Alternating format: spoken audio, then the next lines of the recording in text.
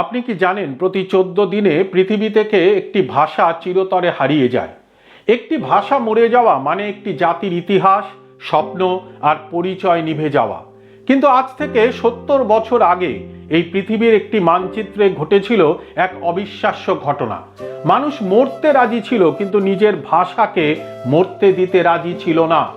এটি কেবল বাংলাদেশের গল্প নয়, এটি প্রতিটি সেই মানুষের গল্প যার উপর আধিপত্য চাপিয়ে দেওয়া হয়েছিল।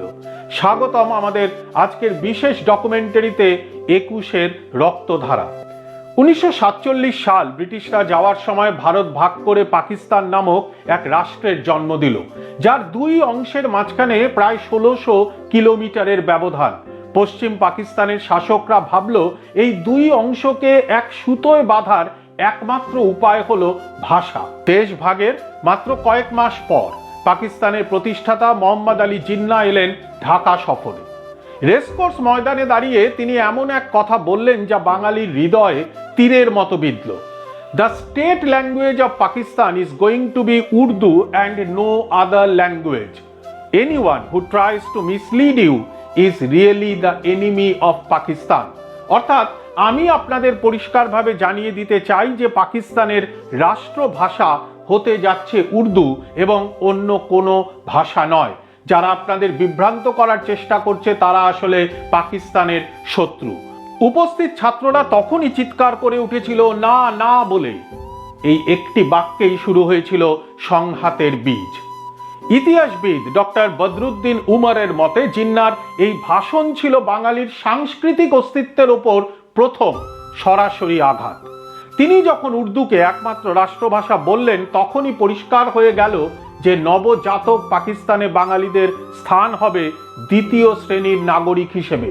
কারণ শিক্ষিত বাঙালি তরুণরা জানতো উর্দু রাষ্ট্রভাষা হলে তারা সরকারি চাকরিতে অযোগ্য হয়ে পড়বে। এটি ছিল স্রেফ শোষণের একটি হাতিয়ার।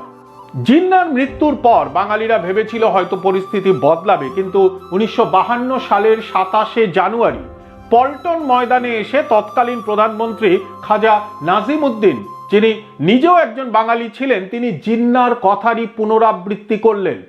পাকিস্তানের রাষ্ট্রভাষা উর্দুই হতে যাচ্ছে। যারা অন্য কিছু ভাবে তারা ভুলের স্বর্গে বাস করছে। এবার ঢাকার ছাত্র সমাজ আর দমে থাকলো না। 4 ফেব্রুয়ারি ধর্মঘট পালিত হলো এবং সিদ্ধান্ত হলো 21শে ফেব্রুয়ারি হবে চূড়ান্ত প্রতিবাদের দিন। ইতিহাসের এই পর্যায়টি দেখার আগে আপনাদের কাছে একটি ছোট অনুরোধ। আমরা এই ধরনের গবেষণামূলক ভিডিও বানাতে মাসের পর মাস সময় ব্যয় করি যাতে সঠিক ইতিহাস আপনাদের সামনে তুলে ধরা যায়। আপনি যদি মনে করেন মাতৃভাষার এই ইতিহাস সবার জানা উচিত, তবে এখনই ভিডিওটি লাইক করুন এবং আপনার বন্ধুদের সাথে শেয়ার করুন। আপনার একটি শেয়ার আমাদের এই কষ্টকে সার্থক করতে পারে। ইতিহাসবিদ অধ্যাপক মুনতাসির মামুন এর মতে নাজিমউদ্দিনের এই ঘোষণা ছিল বাঙালির জন্য চরম বিশ্বাসঘাতকতা। এটি প্রমাণ করেছিল যে পাকিস্তানের শাসক গোষ্ঠী বদলালেও বাঙালির প্রতি তাদের দৃষ্টিভঙ্গি বদলায়নি। এই জেদি 21কে একটি অনিবার্য বিস্ফোরণের দিকে নিয়ে যায়। 21শে ফেব্রুয়ারি 1952 সকাল থেকেই ঢাকা শহর থমথমে। সরকার 144 ধারা জারি করেছে। 4 জনের বেশি মানুষ একসাথে চলাফেরা নিষিদ্ধ। কিন্তু ছাত্ররা সেই আইন ভাঙার সিদ্ধান্ত নিল। 10 জন করে দল বেঁধে তারা মিছিল বের করলো, স্লোগান উঠল রাষ্ট্রভাষা বাংলা চাই। বেলা 3টের দিকে ঢাকা মেডিকেল কলেজের সামনে শুরু হলো পুলিশের তাণ্ডব।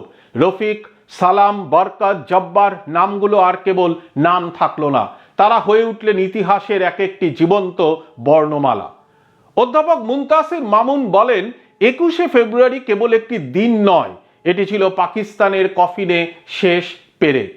সেই দিন থেকে বাঙালিরা বুঝতে পেরেছিল যে পাকিস্তান নামক রাষ্ট্রের সাথে তাদের আর থাকা সম্ভব নয়। 21ই আসলে আমাদের স্বাধীনতার আসল জন্মদাতা।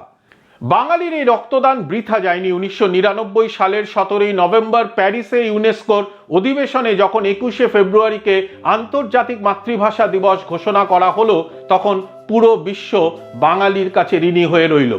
অধ্যাপক আনিসুজ্জামানের মতে কানাডা প্রবাসী 2 বাঙালি রফিকুল ইসলাম এবং আব্দুস সালামের চিঠি দিয়ে শুরু হওয়া এই আন্দোলন আজ বিশ্বের প্রতিটি জাতির কাছে একটি প্রেরণা।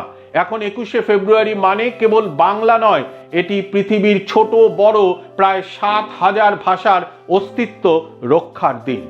আজ আমরা যখন স্বাধীনভাবে আমাদের মনের কথা বাংলায় প্রকাশ করছি, তখন একবার ভাবুন সেই বিকেলের কথা যখন একদল তরুণ তাদের জীবন দিয়েছিল কেবল আমাদের মুখের কথা ফুটিয়ে তুলতে। 21 মানে মাথা নত না করা, 21 মানে নিজের অস্তিত্বকে ভালোবাসা। আপনাদের কাছে আজ একটি প্রশ্ন রেখে যাচ্ছি, আপনি কি আপনার মাতৃভাষাকে পরবর্তী প্রজন্মের কাছে সঠিকভাবে পৌঁছে দিচ্ছেন? কমেন্টে আপনার মাতৃভাষা নিয়ে একটি সুন্দর বাক্য লিখুন। ভিডিওটি ভালো লাগলে সাবস্ক্রাইব করতে ভুলবেন না এবং বেল আইকনটি চেপে রাখুন যাতে পরবর্তী কোনো ঐতিহাসিক ডকুমেন্টারি আপনার মিস না হয়। ধন্যবাদ আপনাদের সাথে থাকার জন্য।